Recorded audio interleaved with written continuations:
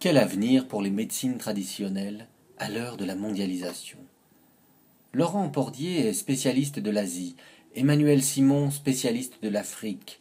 Ils se sont penchés sur la question, et c'est Emmanuel qui évoque pour nous le fruit de leurs recherches.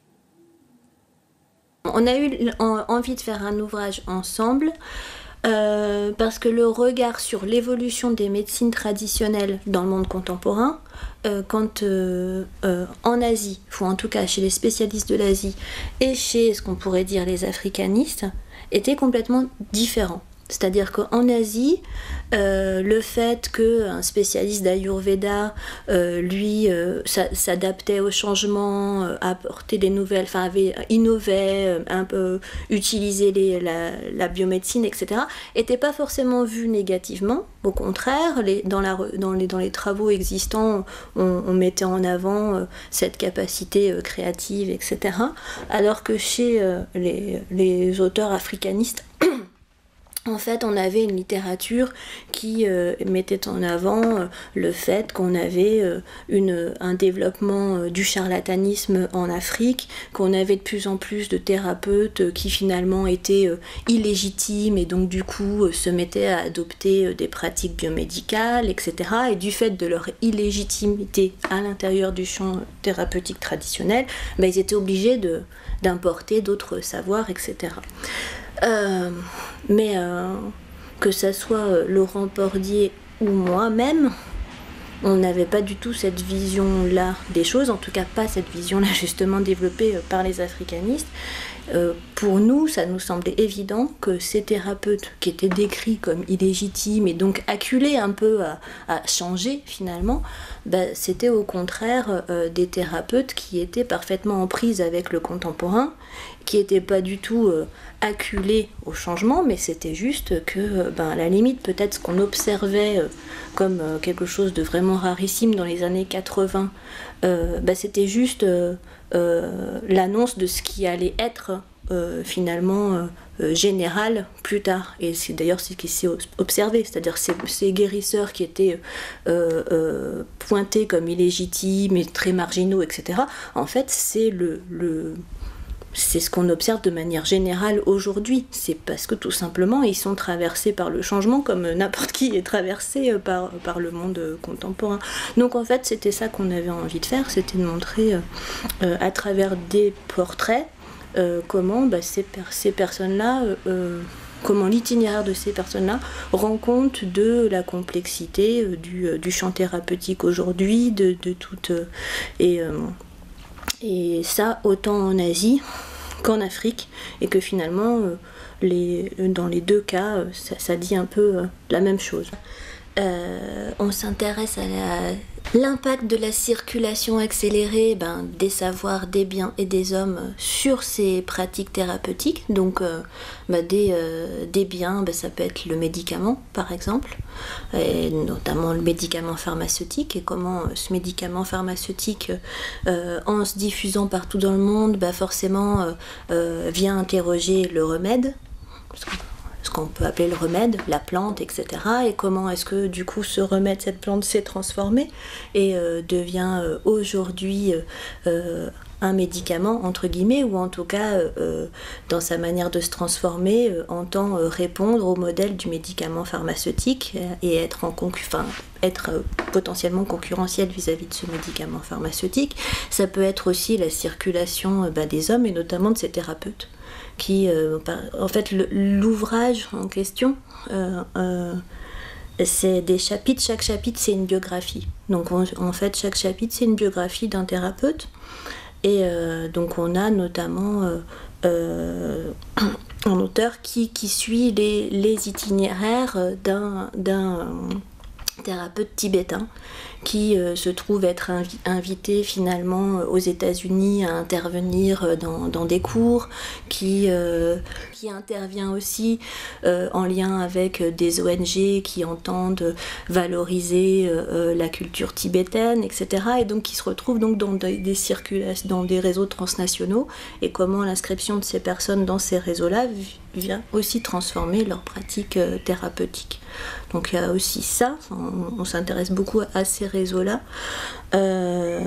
Et puis c'est aussi la circulation des idées, et c'est tout ce qui est hybridation des textes. Et comment est-ce que on bricole entre le savoir biomédical, le savoir traditionnel, comment par exemple l'administration de la preuve en biomédecine finalement est appropriée par les thérapeutes qui essayent maintenant de mettre en place des essais thérapeutiques à partir de plantes. C'est ce genre d'appropriation de modèles qui proviennent de la biomédecine qu'on essaye d'interroger. Appropriation qui... c'est pas mécanique, il n'y a pas une imposition d'un modèle biomédical et puis forcément, non, c'est comment justement c'est réinterroger, parfois démonter, etc. En tout cas, les guérisseurs peuvent pas continuer à ignorer, le savoir biomédical et ses pratiques et les normes qui s'imposent, les normes... Les standards internationaux, etc. Donc ils sont obligés de se positionner et forcément ça transforme leur manière de travailler, de penser au quotidien. Donc c'est comme ça qu'on interroge la globalisation de la santé. L'idée, c'est que la biographie, ça permet d'aborder à travers un seul individu justement tous ces chemins, ces strates, ces différents niveaux et leur emboîtement, leur enchevêtrement, on peut l'aborder à travers juste cette biographie si justement on ne se concentre pas sur une seule ligne et un chemin tracé, si on la rend dans toute sa profondeur et dans tout le côté touffu en fait. Voilà. Donc pour moi c'est typiquement un choix qui est typiquement anthropologique que de travailler la biographie. Pour donner une idée de ce que c'est que ces personnages, alors moi, par exemple, sans le nommer, parce que c'est toujours un peu la difficulté aussi de rédiger des portraits et des biographies, c'est que se pose la question après du respect de l'anonymat, toute une question, des questions éthiques, de relecture éventuellement des textes, etc., par les intéressés. En fait, chacun a fait à sa méthode. Soit les personnes dont on a fait la biographie ont relu les textes, ont donné leur accord, soit elles ont préféré rester anonymes, etc. Donc en ce qui me concerne, c'est quelqu'un dont je ne donnerai pas le nom, mais bon, c'est quelqu'un qui, à Cotonou, donc ville capitale économique du Bénin, qui a fondé sa petite entreprise en herboristerie, qui en fait pour lui travailler la feuille aujourd'hui c'est pas faire de la médecine traditionnelle, c'est faire de la médecine naturelle, parce que justement le modèle qu'il adopte lui c'est le modèle alternatif complémentaire occidental, il se positionne par rapport à ça.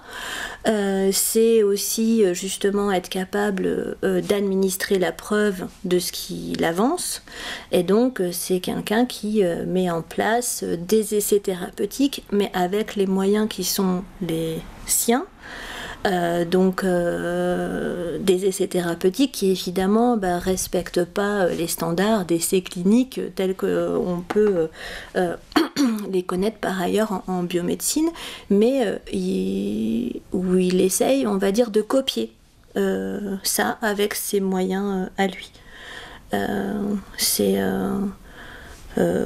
Voilà, par exemple, lui, du coup, c'est quelqu'un qui vraiment fait une sorte de tissage à son niveau, avec de choses qu'il emprunte du côté de la biomédecine, d'autres du côté des médecines alternatives, et il recompose sa propre pratique.